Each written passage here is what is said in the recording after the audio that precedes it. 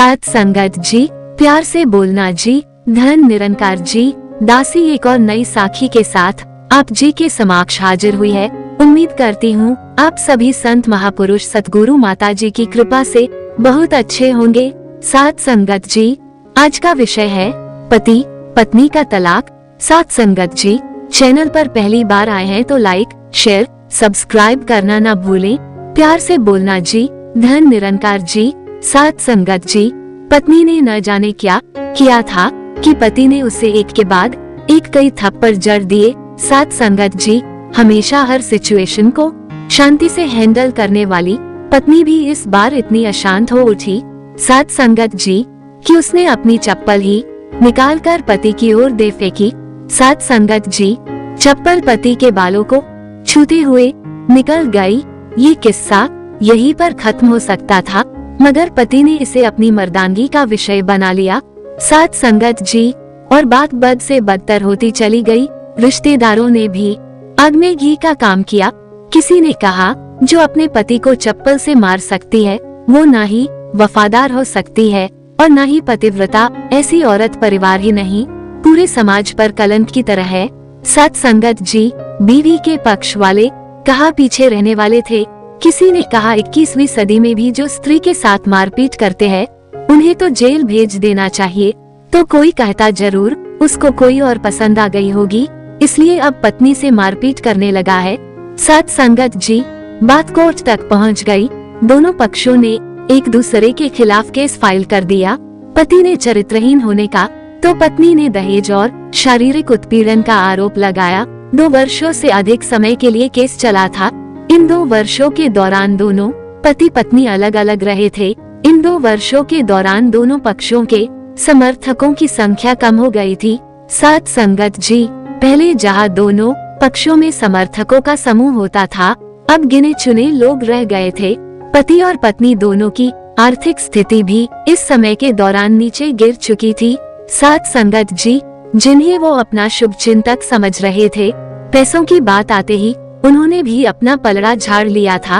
अगर कोई देने को राजी भी हुआ तो मोटे ब्याज की शर्त पर। आखिरकार वही हुआ जो सब चाहते थे, तलाक। साथ संगत जी, हर कोई खुश था। दोनों पक्षों के रिश्तेदार, उनके माता पिता और दोनों के वकील।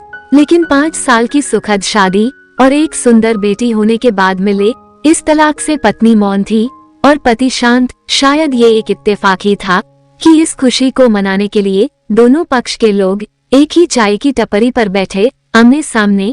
इत्तेफाक इसलिए क्योंकि ज्यादातर लोग जो एक दूसरे के विरोध पक्ष को सपोर्ट कर रहे थे वे एक दूसरे को अच्छे से जानते भी नहीं थे। पति पत्नी भी इन सभी से दूर एक दूसरे के सामने मेज पर बैठे। साथ संगत जी, पत्नी ने पति से कहा अब तो खुश होगे ना, तुम्हारे मन की जो हुई है मुबारक हो, तुम भी तो आज जीत गई हो, मुझसे तलाक तो तुम्हें भी मिल गया है, कॉन्ग्रेचुलेशंस टू यू टू। पति ने कहा तलाक को तुम जीत का प्रतीक समझते हो? पत्नी ने पूछा। पति चुप रहा। थोड़ी देर की शांति के बाद साथ संगत जी, पति ने कहा मुझे तुम्हें 5 लाख रुपए अभी और हर महीने 8,000 देने का आदेश है। अभी मेरे पास पैसे नहीं है, इसलिए हमारा मतलब मेरा जो सिटी में फ्लैट है उसे तुम्हारे नाम कर देता हूँ। पत्नी बोली लेकिन उस फ्लैट की कीमत तो 18 लाख की है। हाँ, लेकिन हमारी बेटी तुम्हारे साथ है और आगे जाके उसके खर्चे भी बढ़ेंगे, तुम्हें थोड़ी आसानी होगी। पति ने कहा नहीं नहीं, मुझे सिर्फ 5 लाख ही देना और तुम हर महीने 8,000 तो देने ही वाले हो, मैं मैनेज कर लूंगी। अगर 5 लाख नहीं है तब भी कोई बात नहीं। साथ संगत जी, पत्नी बोली। दोनों फिर से शांत हो गए। पति सोचने लगा कितनी भोली और समझदार है ये औरत जो कुछ समय पहले तक मेरी पत्नी थी और अब अनजान। ये वही है जो कम से कम खर्चे में घर चलाती और पैसे बचाकर मेरे जन्मदिन पर हमेशा मेरे लिए नए कपड़े खरीद लाती। कभी बीमार भी हो जाती तो पैसे बचाने के लिए मुझे मालूम न होने देती और घरेलू नुस्खों से अपना इलाज कर लेती। साथ संगत जी, घर में कोई और बीमार होता तो तुरंत डॉक्टर के पास लेकर जाती।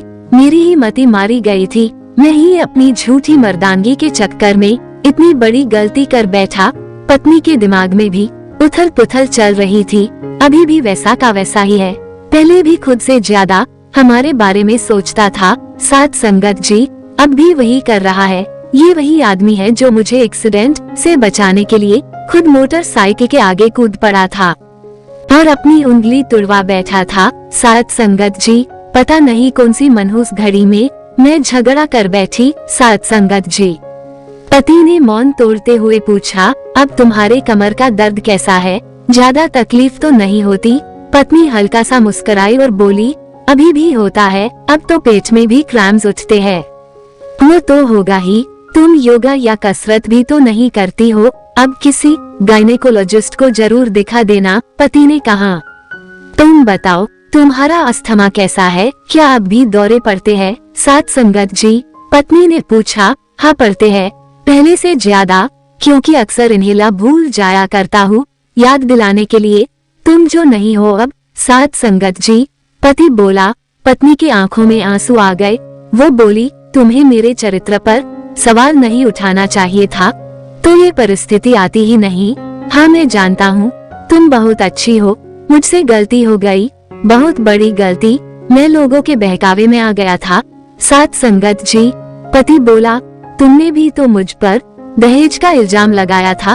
वो बोला, गलत था और इस बात का मुझे भी पछतावा हुआ। पत्नी ने कहा। साथ संगत जी पति कुछ कहना चाह रहा था लेकिन हिचकिचा रहा था। पत्नी ने पूछा, कुछ कहना चाहते हो? वो बोला, क्या सब पहले जैसा नहीं हो सकता? क्या मतलब? साथ संगत जी पत्नी बोली, मतलब कि हम फिर से पहले की तरह पति पत्नी बनकर, सच्चे दोस्त बनकर नहीं रह सकते? साथ संगत जी पति बोला, पर ये डाइवोर्स के पेपर दिखाते हुए पत्नी ने कहा, फाड़ देते हैं। पति ने अपने पास रखे डाइवोर्स के पेपर फाड़ते हुए कहा। पत्नी ने भी अपने पास रखे पेपर फाड़ दिए। सभी हैरान थे, वकील, रिश्तेदार और माँ बाप। पति पत्नी दोनों एक दूसरे के हाथ में हाथ पकड़े अपने घर की तरफ चले गए। जीवन में समझदारी बहुत जरूरी है, बुरा दोनों को लगता है, ये दोनों को समझना जरूरी है। साथ संगत जी उन हर पति पत्नी के लिए बड़ी सीख है जो छोटी छोटी बातों पर लड़ते हैं और इन झगड़ों को बड़ा बना के अलग होने का डिसीजन लेते हैं। प्यार और झगड़ा तो एक सिक्के के दो पहलुओं की तरह है, दोनों को स्वीकार करना होगा, तभी ये पवित्र रिश्ता उसकी मंजिल तक पहुंच पाएगा। कमेंट बॉक्स में धन निरंकार जी जरूर लिखें। साथ संगत जी आप जी का जुड़ना हमारे लिए सौभाग्य की बात है। दासी को भी आशीर्वाद बख्शे कि आप जी के चरणों से जुड़ी रहे। साथ ही चैनल को भी लाइक, शेयर, सब्सक्राइब करना ना भूले। प्यार से बोलना जी। धन निरंकार जी।